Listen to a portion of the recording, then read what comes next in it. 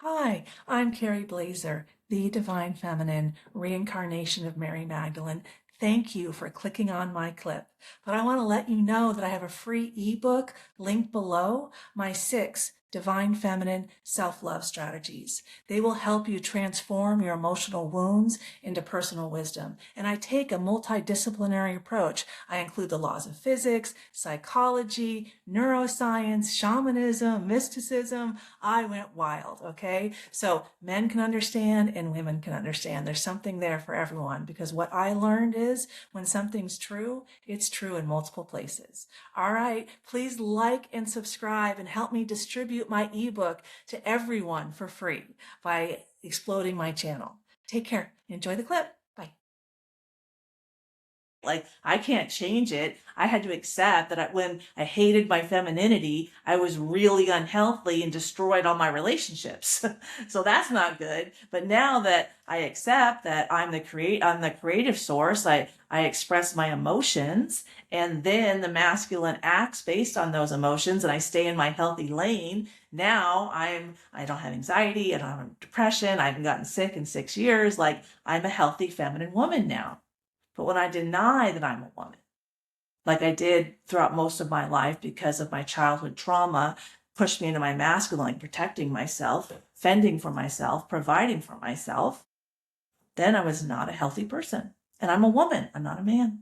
We can't conflate the two. So this shows us that shame resonates at 20 hertz, where enlightenment is 700 to 1,000 hertz. And the first time I experienced enlightenment was 2 years ago for 3 days. As women, we stay in our emotions longer based on our physiology and how long our hormones kind of stay in that elevated state. It's all designed for a reason. But I was in that elevated state of enlightenment for 3 days, and I was in perfect shape, hot yoga 6 days a week, like 20 pounds lighter than I am right now. I lost 12 pounds. That's how transformative it is. But the highest vibrating energy is the most transformative.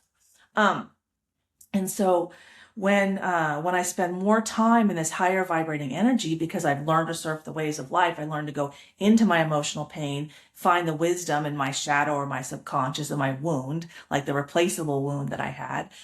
Then I pull out that wisdom and knowledge and climb my next mountaintop. Then there's the action, the masculine. But when we deny that we have a soul, that our soul communicates via emotions, that reality is subjective. How I perceive reality to be, what I think is right and wrong, is subjective. Now, sure, there's objective truth. There's a tree outside. There's a house outside. There's the federal government. But how I perceive it, good, bad, that's all subjective.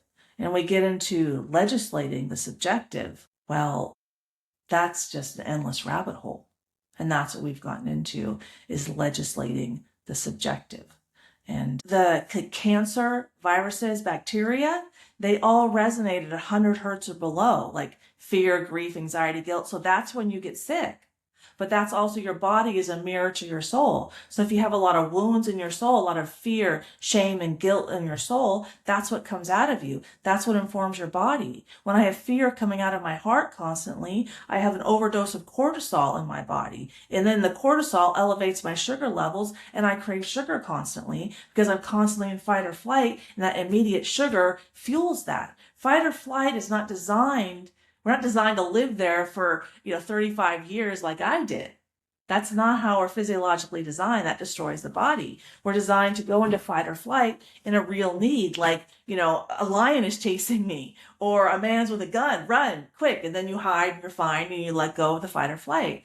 But because I didn't know how to process my emotional wounds and my traumas, I stayed in them. I stayed stuck. And I blamed everybody else for it because I did not understand that we live in a holographic universe, that the universe is a mirror showing me myself every moment as a constant feedback loop for self-improvement. So what I'm attracted to, like in this woman's case, like white supremacy and, most Americans hate women, that's a mirror, girlfriend. That's her perception. I used to have a fear of men. So when I was in public, I was constantly, anxious.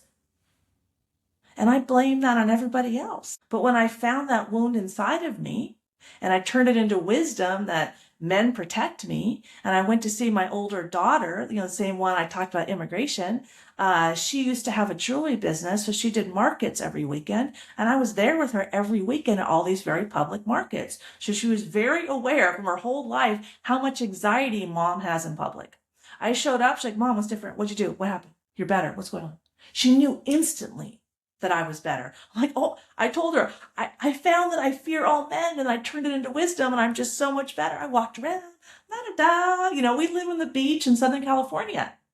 I could enjoy being on the beach in Southern California and not constantly on guard. I was on guard because my internal state was on guard. And I was projecting that externally and perceiving as though I needed to be on guard when it wasn't true. It wasn't true.